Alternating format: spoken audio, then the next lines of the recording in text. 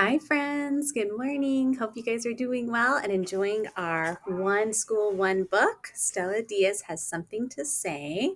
So I'm going to be reading today chapters 4 and 5, and I'm so excited. I hope that you really enjoy these chapters and are getting to know Stella, her family, and I know she's anxious to meet a new friend who's going to be starting at school today. Okay, let's see what happens. All right, chapter 4. Miss Morales is standing by the front door of the library to greet us one by one when we arrive for today's library visit. She is wearing her long pearls and a bright orange sweater, and on her left arm she's holding her stuffed goose named Lucy, which everyone gets to honk when they leave the library. Hola, Stella, Mrs. Morales says. Buenos dias, Miss Morales, I say quietly, but I squeal inside. Miss Morales has been our librarian since kindergarten. The best thing about Miss Morales, apart from the fact that she speaks Spanish, is that she's so smart and loves sharing books with us. At the beginning of this year, when I started getting interested in fishes, she showed me all these books on Jacques Cousteau, a famous ocean explorer. Now I love reading about him. Welcome, Miss Bell's class, she announces as soon as all of us are sitting in front of the computer. Miss Morales is full of spunk and a little different from your usual librarian. I think most librarians don't have purple streaks in their hair. Instead of saying hello back, we wave our hands in the air. Miss Morales says proper library etiquette calls for no loud voices. Miss Morales waves back and continues. I hear you are all finding books for your sustained reading. Now, you remember how to use the catalog, right? Just find the Dewey Decimal Number, write it down, and look for the book on the shelf. If you have any questions, I am here. The Dewey Decimal System is how the books are organized at the library. If it were up to me, I would just organize them by color, like my colored pencils, or by height, like my books at home. Still, it really does help when searching for books. With the power of Dewey, I find the perfecto book. I grab it and head over to a big table by myself. The pictures are so beautiful. I want to dog ear the pages, but I only do that to my books at home. Miss Bell comes up to me, crouches down, and says in a quiet voice, What book are you reading, Stella? What Lives in the Ocean by Tanya Mickelson, I say quietly. Sounds positively fascinating, she whispers. It is. Did you know that an octopus doesn't have any bones and has 3 hearts? I have to draw it later. It's just too cool looking. I heard an octopus named Paul became famous for predicting many of the winners of the World Cup. Wow, I exclaim. Miss Bell chuckles. She lifts her fingers to her mouth. When I get excited, I speak louder than I realize. I think there will be a little time for drawing after the library, she whispers before standing. I smile and keep reading about octopuses. It turns out they are extraordinary escape artists. To escape from their enemies, they release a cloud of ink to help them disappear. Then, because they have no bones, they can maneuver through almost any nook or cranny. They could even escape through a hole only an inch wide. That would be a really helpful skill to have. When it's time to go back to class, everyone says goodbye to Miss Morales and Lucy. Adios, Miss Morales and Lucy, I say as I give the stuffed goose a squeeze. I have to admit, even though I'm in 3rd grade and too old for this, it's still sort of fun. Lucy honks and Mrs. Morales and I both smile. Hasta luego, Stella. When we get back to the room, everyone starts chatting about their books, except for me. I get started drawing my octopus. I'm about halfway finished, making sure I draw all 8 arms the same size, when I hear a knock on the door. I look up and Miss Green, who works in the office, is at the door. Miss Bell meets her and whispers. I hear Ben Shaw say to Chris Pollard, It must be the new kid. I drop my colored pencils. I got so carried away with the library and my drawing that I almost forgot. Then I see who is standing next to Miss Green. It's a boy, and he has light brown hair. I frown a little. That's very different from what I imagined. Class, Miss Bell says, this is our new student. Do you want to introduce yourself to the class? The new boy waves at everyone and says, Howdy, I am Stanley Mason. I just moved here from Dallas, Texas, or Tejas in Espanol. Miss Bell says, Tejas, that's so far from here. Has anyone been to Texas? A few kids raised their hands. I actually was in Texas last year on our family road trip. We went to see the Alamo, and we even went to a cave where we took a picture with a dinosaur sculpture named Grendel. But I'm always too shy to speak up in class. Plus, the Alamo isn't in Dallas. Stanley probably hasn't even seen it. Still, even if I weren't shy, I wouldn't be able to talk right now. I'm a little speechless. I can't believe Stanley speaks Espanol. He doesn't look like someone who would speak Spanish at all. The new kid I imagined had dark brown hair like me and not light hair. And she was a girl. Miss Bell says, Now, class, let's have everyone quickly introduce yourself to Stanley. One by one, people stand. There are about 10 people in front of me, and I feel a little nervous and a little sweaty. I want to make a new friend so badly, even if he is a boy. So what if he is not at all the girl I had pictured in my head? He speaks Spanish like me, and more important, he's new. He could use a friend as much as I could. I could be his first new friend here. When it's my turn, I stand up. I feel myself turning roja. I freeze. I just read that some octopuses can paralyze their prey. Maybe Stanley is part octopus. Probably not. He looks like a normal boy with freckles, blue eyes, and a cool monkey shirt. I catch myself staring at him for a second. Me llamo Stella, I say while looking away quickly. Sorry, I'm Stella.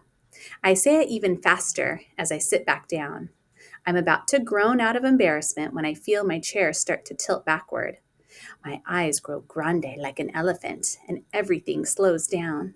I try to reach out to grab my desk, but it's too late. Crash! Before I know it, my feet are sticking straight up in the air, and my back is on the ground. I've fallen down in front of Stanley, in front of everyone.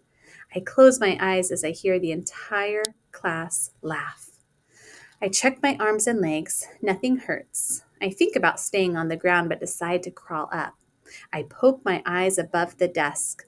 Are you okay, Stella? Miss Bell is the only one not laughing. Yes, I whisper. I look at Stanley. He looks like he wants to laugh, but he's holding it in. There goes my new friend, I think. Who would want a klutz for a friend?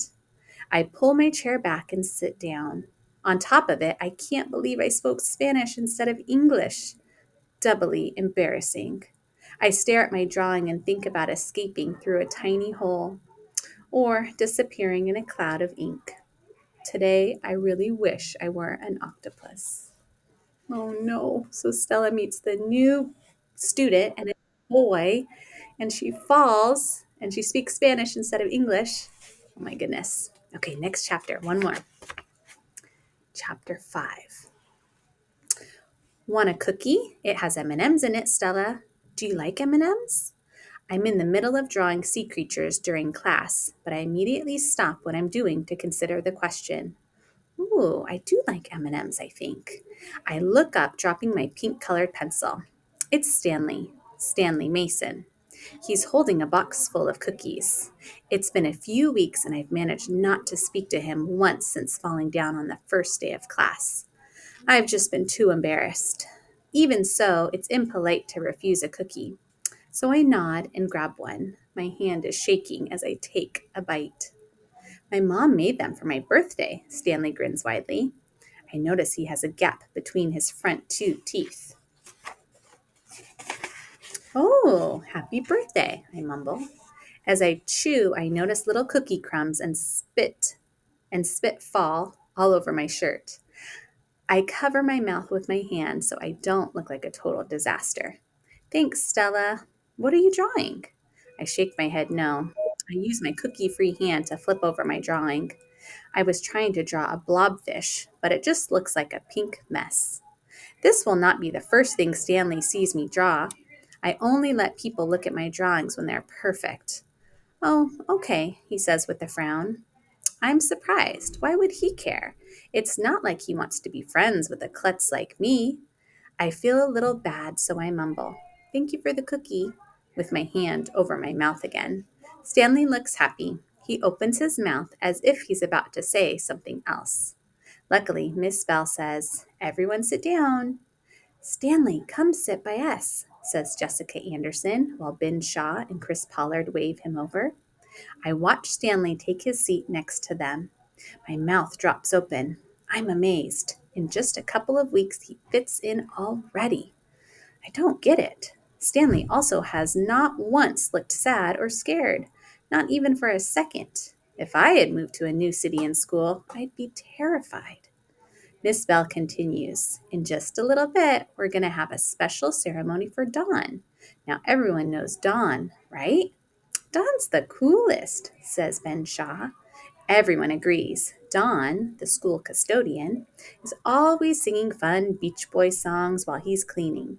He also plays the craziest characters in the school plays like Santa Claus in our holiday musical. Well, Don just became an American citizen, which is really hard. You have to take a big test, not to mention all the years of waiting. Jessica Anderson asks, "What was he before?" Miss Bell goes up to the board. She writes a bunch of words I haven't heard before. In big letters, I see visa, alien, resident, and citizen. Great question. There are a few categories. Some people just come to visit. They get a piece of paper called a visa so they can stay a while. "Don't you buy things with the visa?" asks Jessica. I lock eyes with her for a second, then look quickly away. Although I've been in the same class with Jessica since first grade, she makes me nervous. Everyone likes her, but I think she can be mean sometimes. Like when she laughed at me the first day of class for saying words wrong. Then another time in first grade, she told everyone in our class that I had lice. Everyone believed her except for Jenny.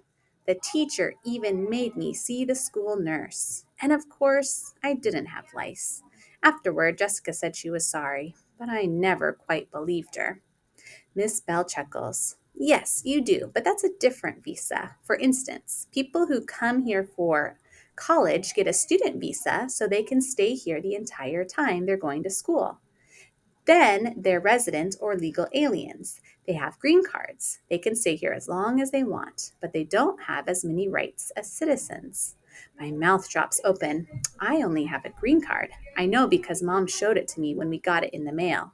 I was surprised that it wasn't green at all. I don't know too much about how we got it.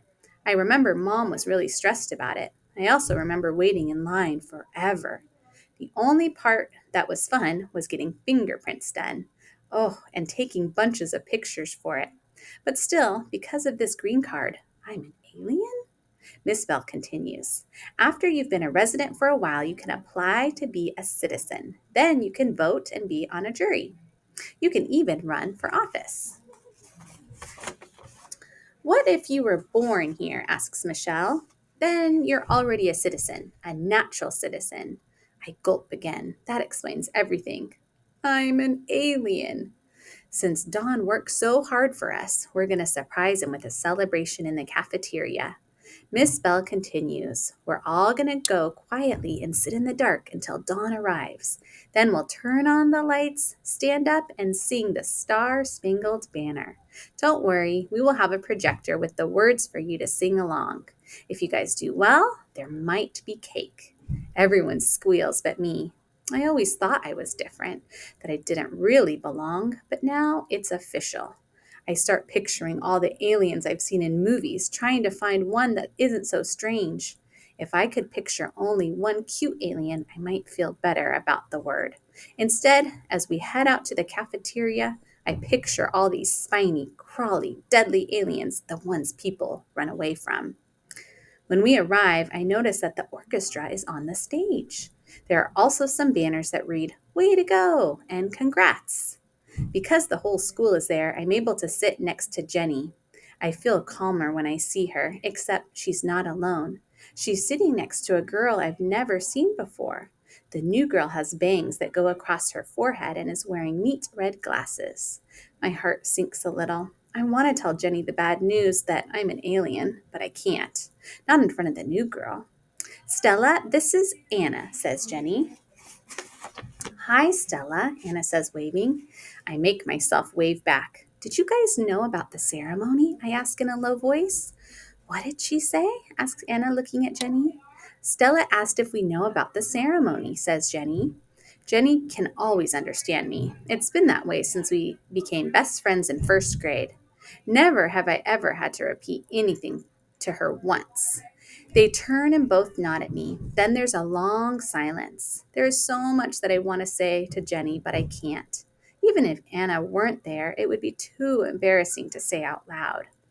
Just then, the school nurse walks by and says, "Here you are, girls," as she gives us small flags to hold. A minute later, the cafeteria goes dark. The whole group giggles for a second, and then the teachers hush us. We wait in silence. Finally, we hear Dawn walking in, saying, "What's going on?" The lights turn on, and we stand up to sing.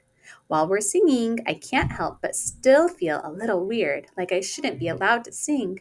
I wouldn't be an alien if I were still living in Mexico. I'd be a natural there. As soon as the music ends, Dawn says, "Thank you. This means so much. I left the Philippines for a better life in the United States. I'm honored to be an American." Don looks happy. He's even crying a little bit. I guess it's because he's no longer an alien. Everyone applauds right away except for me. It takes me a second. But I know it would be wrong if I didn't applaud, so I force myself to lift up my hands and hit them together. Although I might feel bad, I'm still happy for Don, and it's his big day. As we clap, my mind wanders. If I become a citizen, will I finally feel normal? Will I be as happy as Don looks? That makes me feel a little hopeful. The cake that Miss Bell promised after the ceremony also helps. All right, friends. So now we're on chapter 6. You're going to hear from another guest speaker. I hope you enjoyed those 2 chapters. And poor Stella, she's not feeling great. So we'll see what happens next. All right.